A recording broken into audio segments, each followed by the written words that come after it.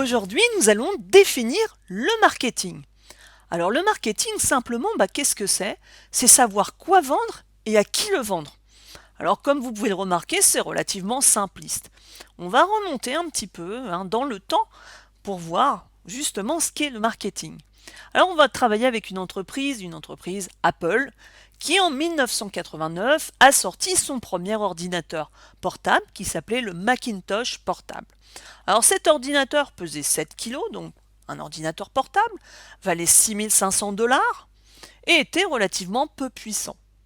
2006, c'est l'arrivée du MacBook, via Apple toujours. Cet appareil faisait à peu près 2 kilos, un prix d'entrée à 1099 € et un processeur plus puissant. Alors qu'est-ce qui différencie ces deux appareils? Pourquoi le deuxième a-t-il été créé? On va le voir tout de suite et c'est tout le processus lié justement au marketing. Donc, ce qu'il a fallu faire dans un premier temps, c'était d'identifier les besoins du consommateur. Donc, qu'est-ce qu'il voulait? Un produit plus léger, un produit moins cher et un produit plus performant. Donc par rapport à ça, en partant de 89, on a donc trouvé une solution. Cette solution, c'est le MacBook de 2006, qui maintenant s'est décliné en d'autres formes, mais c'est quand même l'origine. Suite à ça, une fois qu'on a trouvé cette solution, c'était bien, mais il fallait aussi identifier les clients potentiels qui seraient intéressés par notre solution, ce MacBook. Une fois qu'on a identifié nos clients potentiels, enfin, on peut vendre notre produit.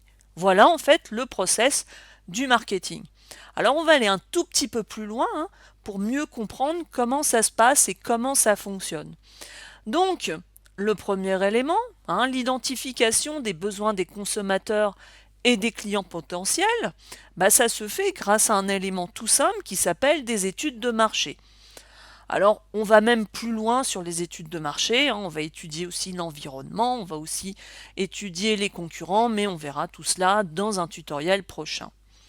Deuxième chose, pour répondre justement aux besoins des consommateurs, on va rechercher des solutions, et là, ça passe par un autre processus qui s'appelle créer de l'innovation pour se démarquer des concurrents. Donc là, on est plutôt dans une phase de production et de réflexion.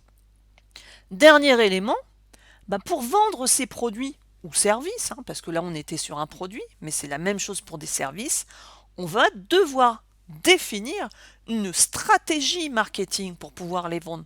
On va devoir avoir un prix, on va devoir définir aussi sa communication, comment sera formé le produit. Bref, c'est toute la stratégie qu'on devra mettre en place par rapport aux clients à qui on veut les vendre. Et tout ça, ça s'appelle tout simplement le mix marketing. Donc voilà les grandes lignes en fait du marketing. J'espère que cela va vous éclairer un tout petit peu dans cette notion. Alors, si vous souhaitez avoir d'autres tutos, n'hésitez pas à vous abonner à la chaîne. Si vous avez aimé ce tuto, n'hésitez pas à liker. En attendant, je vous dis à bientôt pour un autre tuto.